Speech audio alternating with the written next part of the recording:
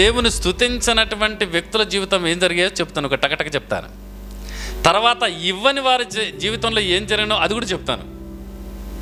స్తుతించిన వారి పరిస్థితి ఏంటి? రండి, అపోస్తల కార్యం 12వ అధ్యాయం 21వ వచనాన్ని చదువుమా.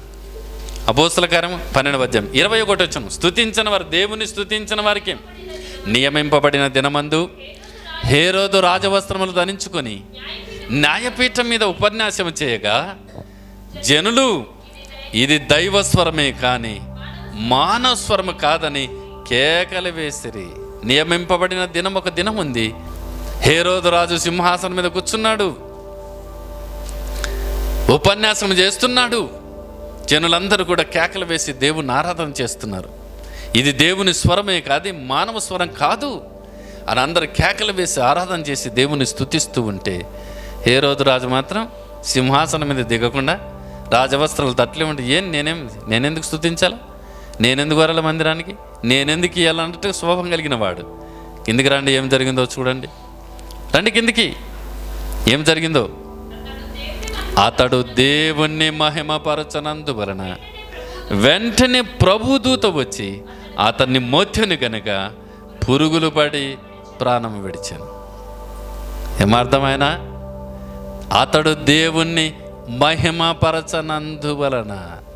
అందరూ దేవుని స్తుతిస్తూ, దేవుని ఆరాధిస్తూ, కేకలేస్తూ, దేవుని మహిమపరుస్తూ ఉంటే రాజును కదా అనే గర్వముతో, టీవీతో ఏమండి దేవుని స్తుతించకుండా, మహిమపరచకుండా ఉన్నటువంటి వ్యక్తిని వెంటనే పరలోకమునుడు దూత వచ్చింది, మోచెను గనక పురుగులు పడి ప్రాణము విడిచాను. మా వినాలి మాట. వాస్తవంగా చచ్చిన తర్వాత పురుగులు పడతాయి, కానీ బతుకునగానే పురుగులు పడినాయి. ఏమండి, దేవుని స్తుతించని వారి గతి ఇది. ఇంకొక వ్యక్తిని చూపిమంటారా? దానియేలు గ్రంథం 5వ అధ్యాయం, ఈ రాజును కూడా చూద్దాం. 5వ అధ్యాయం 23వ వచనం చివరి లైన్లోకి రండి. చివరి లైన్లోకి 23వ వచనం, 22, 23 రెండు కలిసి ఉంటాయి. చివరి లైన్లోకి పైనుంటి 2వ లైన్ నుండి చదవండి. నీ ప్రాణమును, నీ సకల మార్గమును ఏ దేవుని వశమును ఉన్నాయో ఆయనను నువ్వు ఘనపరచలేదు. ఎవరు? బెల్షస్సర్ అనేటువంటి రాజు దేవుని స్తుతించకుండా, దేవుని ఆరాధన చేయకుండా మందు తాగి విందు చేసుకొని సింధులేస్తున్న సమయంలో వచ్చింది ఒక హస్తం ఎదురుగా. గోడపైన రాస్తుంది, మెనే టేకులు ఉపార్షిస్, దేవుడు నిన్ను త్రాసులో తూచగా లేచిపోయినావు, నువ్వు అయిపోయింది నీ పని. రండి, కింది వచ్చిన లాస్ట్ 30 వచనం చదివితే, ఆ రాత్రి ఎందే కల్దీల రాజుకు బెల్షస్సరు హతుడాయను. ఆ రాత్రే చూసారా? అతడు దేవుణ్ణి ఘనపరచనందువలన, ఏ రోజు రాదు దేవుణ్ణి మహిమపరచనందువలన వచ్చింది ఏది? చావు.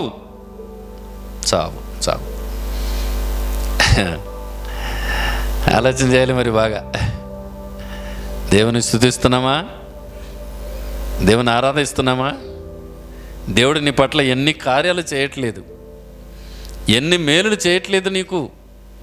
ఆ మేలును బట్టి కృతజ్ఞతగా దేవుని ఆరాధిస్తున్నావా? ఆలోచన చెయ్యి. లేకపోతే ఆ రాత్రి అందే కల్దీల రాజు హతం, వెంటనే ప్రభుదూత వచ్చి మొత్తగా ఈతడు హతం. అర్థమైందండి? కనుక దేవుని స్తుతించండి. దేవుని స్తుతించిన రాజులు కూడా మీకు జ్ఞాపకం చేస్తాను. హిజ్కియా రాజు, ఈ దినము నేను సజీవుడనై ఉన్నాను గనుకనే దేవా నిన్ను స్తుతిస్తున్నాను. ఎంత మంచి ప్రార్థన ఇది. ఈ దినము నేను సజీవును తండ్రి, సజీవుడనై ఉన్నాను గనుకనే నిన్ను స్తుతిస్తున్నాను. అందుకే ఆయనకు 15 సంవత్సరాల ఆయుసు పొడిగించబడింది. ఆయన చేసిన ఉపకారములలో దేనిని మరొకటువంటి ఒక వ్యక్తిని మీకు చూపిస్తాను ఇప్పుడు. అంటే ఆయననే సభ్యురనే కదా అనుకున్నారా? కాదు, రండి ఇంకో వ్యక్తిని కూడా చూపిస్తాను. సమూయేలు మొదటి గ్రంథం 20వ అధ్యాయం 2వ వచనం. కర్మేలులోని మాయోను నందు ఆస్తి గలవాడొకడు కాపురమండెను. అతడు బహుభాగ్యవంతుడు. అతనికి 3000 గొర్రెలను 1000 మేకలను ఉండెను. అతడు కర్మేలులో తన గొర్రె బొచ్చు కత్తిరించుటకు పోయిండెను. అతని పేరు నాబాలు, అతని భార్య పేరు అబీగయలు. ఈ స్త్రీ సుబుద్ధి గలదై రూపవశి అయి ఉండెను. అయితే చర్యలను బట్టి చూడగా నాబాలు మోటువాడును దుర్మార్గుడునై ఉండెను. అతడు కాలేబు సంతతివాడు. 10వ వచనాన్ని చూద్దాం. నాబాలు దావీదు ఎవడు? యేసే కుమారుడెవడు? తన యజమానులు విడిచి పారిపోయిన దాసులు ఇప్పుడు అనేకులున్నారు. నేను సంపాదించుకొనిన అన్నపానములను చాలు. అరణ్య ప్రదేశంలో ఉన్నప్పుడు దావీదు రాజు అరణ్యములో ఉన్నప్పుడు ఈ నాబాలు ఆస్తిపరుడు కాబట్టి వారి గొర్రెలకు దావీదు యొక్క మనుషులందరూ కూడా కావలి ఉండేవారంట. అమ్మా వినండి, కావలి ఉండేవారు. కావలిగా ఉన్నప్పుడు తోడేలు రాకుండగా, పులులు రాకుండగా ఈ నాబాలు గొర్రెలను వారు కాపు కాశారు. కాపు కాసినందువలన ఒకరోజు దావీదు తన మనసులను పెట్టి నాబాల దగ్గరికి వెళ్ళి కొంత ఆహారాన్ని మనకు తీసుకొని రాపోండి అని చెప్పి పంపించాడు దావీదు రాజు. పంపిస్తే ఈయనేమన్నాడు తెలిసిన? ఎస్ఐవుడు, ఎస్ఐ కుమారుడు దావీదోడు, నేను సంపాదించింది ఇయ్యాలనా మీకు అని వాళ్ళని అవమానపరిచి పంపించేస్తాడు. ఈ విషయాన్నిపై దావీదు రాజుకు చెబితే దావీదు రాజు కోపమై అందరు కత్తులు ధరించండి, రాత్రి బయలుదేరదాం, తెల్లగా లోపల నాబాలు ఇంటిలో ఒక్క మగాడు కూడా ఉండకూడదు, మొత్తం చంపేసి వద్దామని బయలుదేరితే ఆ గొర్రెలు కాసుకుంటున్న నాబాలు గొర్రెల కాపులు ఉన్నారు కదా, వాళ్ళు వెంటనే వచ్చి నాబాలు భార్యకి చెప్పారు, అమ్మా మన యజమానుడు మొరటోడు పనికిమాలోడు దావీదు రాజు మనుషులు మన గొర్రెల చుట్టూ ఉన్నప్పుడు ఏ హాని మాకు సంభవించేది కాదు, గొర్రెలు ఎక్కడ నష్టపోలేదు, వాళ్ళు ఎంతో ఉపకారం చేశారు, దానికి ఆహారం తీసుకురమ్మని పంపిస్తే మన యజమానుడు వారిని అవమానపరిచి పంపించేశాడు. దావీదు రాజు బయలుదేరాడు మన ఇంటికి అనేపాటికి నాబాలు ఏం చేసింది తెలిసిన? అబీగైలు భార్య ఏం చేసింది? ఎన్నో వచ్చినది 18 వచ్చినాం. అందుకు అబీగైలు నాబాలుతో ఏమీ చెప్పక త్వరపడి 200 రొట్టెను, 2 ద్రాక్షపు తిత్తులను, వండిన 5 గొర్రెల మాంసమును, 5 మానికల వేసిన ధాన్యమును, 100 ద్రాక్ష గెరలను, 200 అంజూరు పడలను గార్ధవ బీనమ వేయించి. ఏమండి రండి 35 వచనం చూద్దాం. తన యొద్దకు ఆమె తెచ్చిన వాటిని ఆమె చేత తీసుకొని, నీ మాటలు నేను ఆలకించి నీ మనవి అంగీకరించి తిని సమాధానముగా నీ ఇంటికి విప్పమ్మని ఆమెతో చెప్పాను. హల్లెలూయా. భర్తకేం చెప్పలేదు, అన్నీ రెడీ చేసుకుంది. దావీదుకు ఎదురుకుపోయింది, కాళ్ళు పట్టుకుంది, అయ్యా దయతో క్షమించండి, నా భర్త మోటోడు, పనికిమాలోడు, దుర్మార్గుడు, ఆ తప్పు నాదని క్షమించి ఇదిగో తీసుకున్న ఆహారాన్ని అంటే అప్పుడు దావీదు ఆమెను అంగీకరించి తీసుకుని ఆమెను ఇంటికి పంపించేస్తాడు. జరిగిన విషయం ఇతనికి తెలియదు. ఏం చేస్తున్నాడు ఇతని? రండి ఏం చేస్తున్నాడు? 36 వచనం చూద్దాం. అబీగైలు తిరిగి నాబాలు వద్దకు రాగా రాజులు విందు చేసినట్టు అతడు ఇంటిలో విందు చేసి త్రాగుచు బహు సంతోషించుచు మత్తుగా ఉండిన గనక తెల్లవారి వరకు ఆమె అతనితో కొద్ది గొప్ప మరి ఏమీ చెప్పక ఉండెను, ఊరకుండెను. ఉదయమున వినని మాట, ఉదయమున నాబాలునకు మత్తు తగ్గినప్పుడు అతని భార్య అతనితో ఆ సంగతులను తెలియజెప్పగా భయము చేత అతని గుండె పగిలను, అతడు రాతి వలె బిగుసిపోయాను. 10 దినములైన తర్వాత యెహోవా నాబాలును మత్తగా అతడు చనిపోయాను. విచారమా, నేను సంపాదించింది ఇయ్యాలనా? ఎస్ఐ ఎవడు? ఎస్ఐ కుమారుడు దావీదేవుడు. ఏమండి, దావీదు దేవుని సేవకుడు, దావీదు దేవుని సేవకుడు. దేవుని సేవకుని దావీదెవడు? నేను సంపాదించాలనా అన్నాడు. సంపాదించింది అనుభవించకుండానే చచ్చిపోయాడు. 10 రోజులకు మత్తు తగ్గిన తర్వాత భార్య చెబుతుంది, దావీదు రాజు బయలుదేరాడని నీ ఇంట్లో ఒక్క మగాడలు ఎక్కడ చంపుదామని కత్తి తీసుకొని వచ్చినాడు అనబట్టే గుండె పగిలిపోయి బిసుకుపోయినాడు. అట్లే ఆ దెబ్బకు ఏమండి 10 దినముల తర్వాత దేవుడు నాబాలును మొత్తగా అతడు చనిపోయిన కనుక దేవుని భాగాన్ని దేవునికి ఇవ్వకపోతే అయిపోతాడు. చూడండి ఏమండి, జాగ్రత్త. మరి దాన్ని ఎట్ట రాబట్టాలని ఆయనకు బాగా తెలుసు. నేనుంటి దాన్ని ఎట్లా రాబట్టాలనో తెలుసు. నిన్ను ఏడగొట్టలు కొడతాడంతే, తిరుగుండదు. మళ్ళీ ఇంకా కొడితేరా తిరిగి లేకపోయా అంటారు చూడు కొంతమంది. కోడితే తిరిగిపడంగా లేయకపోయాసుడి అంటారు చూడు. కోపం వచ్చి కోడితో కేటు తిరిగి పాటలు పడా ఇంకా లేయకపోయా అంటారు చూడి. అట్ట పడుతుంది దెబ్బ. దేవునికి స్తోత్రం. చూసారండి, నేను సంపాదించింది అన్నవాడు సంపాదించింది అనుభవించకుండా చనిపోయాడు. ఇప్పుడు అర్థమైందండి? రైట్. మరి మందిరానికి రాకపోతే? ఒకసారి ఇజ్రాయెల్ జనాంగంలోన శనివారం ఎవ్వరు కూడా పుల్లలు ఇంకో విషయం వెళ్తున్నా, ఆరాధన అయిపోయేంత వరకు కనీసం పొయ్యి అంటియరు ఇజ్రాయేలీలు. అర్థమైందే? ఆరాధన అంతా అయిపోయిన తర్వాతనే వంట చేసుకుని తింటారు. విశ్రాంతి దినమున వాడు ఏం చేస్తే తెలిసిన, కట్టెలు ఏరుకుని పోయినాడు. కట్టెలు ఏరుకుని పోయింటే అంటే వీనికి దేవుడు అంటే లెక్క లేదు, దేవుడు అంటే భయం లేదు, యాజకులు అంటే లెక్క లేదు, అంతే ఏమిలే. మనకు కూడా అంతే, దేవుడు అంటే లెక్క లేదు, సేవకుడు చెప్పేది అసలు లెక్క ఉండదు, దేవుడు అంటే అసలు భయం ఉండదు. పుల్లలు ఏరుకోవడానికి వినాడు, కట్ట పుల్లలు ఏరుకోవడానికి. సరే, మొత్తానికి చూసినాడు, ఎవరో పట్టుకొచ్చినారు. శిక్ష ఏమిటి అని దేవుడు మోసే దేవుని దగ్గరికి వెళ్ళాడు. ప్రభువా, విశ్రాంతి దినాన్ని అతిక్రమించాడు, ఏం చేయాలి విని అని దేవుని దగ్గరికి వెళితే దేవుడు ఒకటే ఒక మాట చెప్పాడు, ఈ వారం విడిచిపెట్టలే అని అనలే, నెక్స్ట్ వారం వస్తానులే, హెచ్చరిక చేయలే అనలే. సమాజం మధ్యకి తీసుకురానివ్వండి, సెంటర్ నిలబెట్టండి, రాళ్ళతో సాగుగొట్టండి, ఈ చెడుతనాన్ని మరెన్నటికి ఇంకొకటి చేయకూడదని సెంటర్లో నిలబెట్టి రాళ్ళతో కొట్టి చంపేశారండి. విశ్రాంతి దినాన్ని ఎవడైనా సరే తప్పిస్తే శిక్ష ఏమిటి తెలిసిన? రాళ్ళతో కొట్టి సమాజం అంతా రౌండ్గా నిలబడి సెంటర్లో నిలబడి సత్యంత వరకు కొట్టాలి ఇవన్నీ.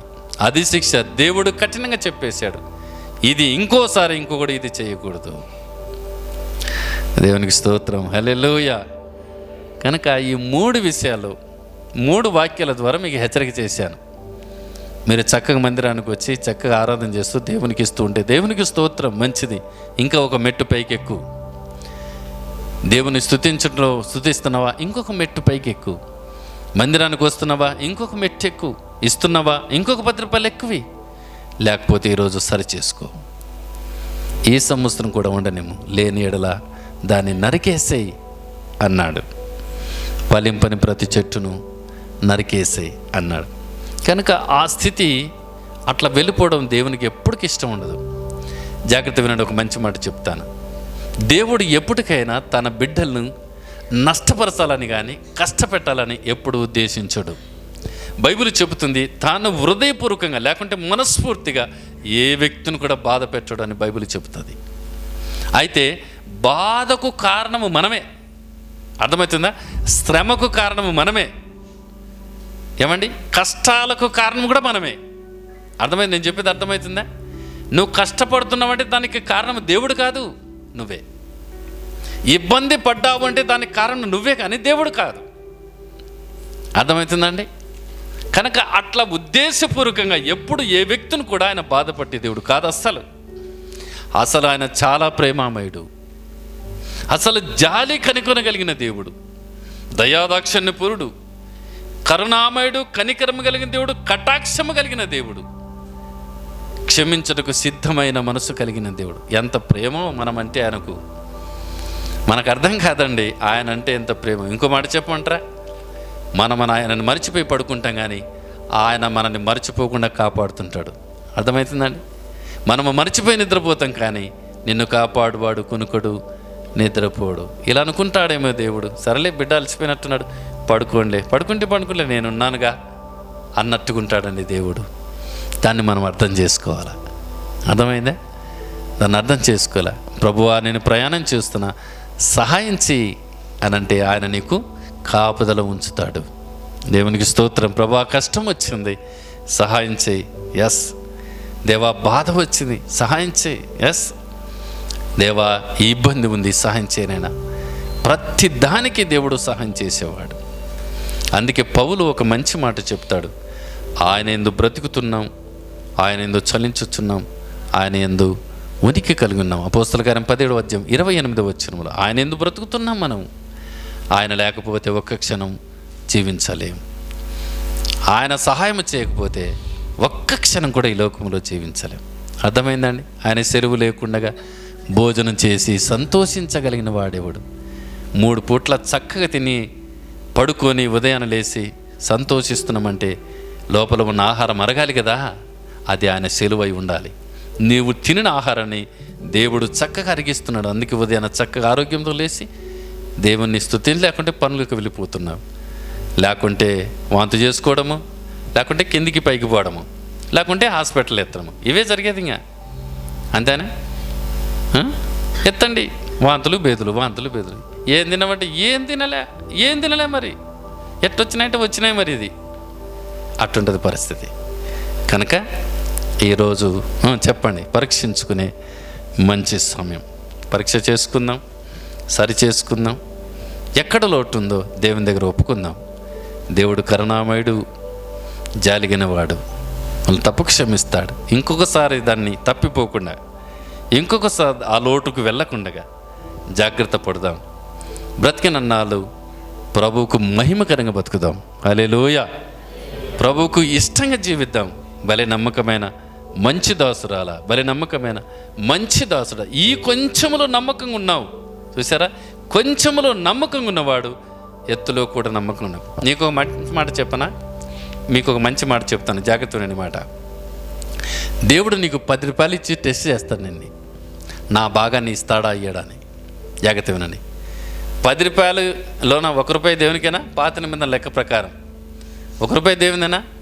ఆ 1 రూపాయి కూడా ఇవ్వకుండా నువ్వు తినేస్తున్నావంటే 20 రూపాయల కంటే ఎక్కువ ఇవ్వడుగా 10 రూపాయల వరకే ఉంటావు. నువ్వు ఎప్పుడైతే దేవుని భాగాన్ని దేవునికి ఇస్తావా 100 రూపాయలు ఇస్తాడు. మళ్ళీ నీకు 100 రూపాయలు కూడా నమ్మకంగా ఉన్నావా 1000 ఇస్తాడు. వినండి, 1000లో కూడా నమ్మకంగా ఉన్నావా 1,00,000 ఇస్తాడు నీకు. అర్థమవుతుందండి? నువ్వు 10 రూపాయల్లోనే 1 రూపాయి తీయలేకపోతే 1,00,000 రూపాయలు ఏమి తీస్తావు? అర్థమవుతుంది నేను చెప్పేది? 10 రూపాయల్లోనే నువ్వు 1 రూపాయి దేవునికి ఇవ్వకపోతే 1,00,000 రూపాయలు తీయగలవా? తీయలేవు.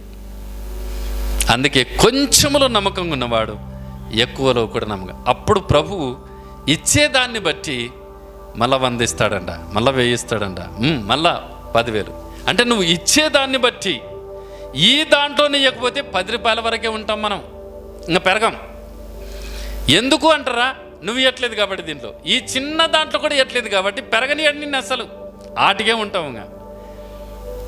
ఇంకా అంటాం, ఏమంటాం, ఏమో చూడన్నా ఎంత సంపాదించినా మిగిలిన ఏడ మిగులుతుంది మరి? 1 రూపాయి కూడా తింటున్నావు.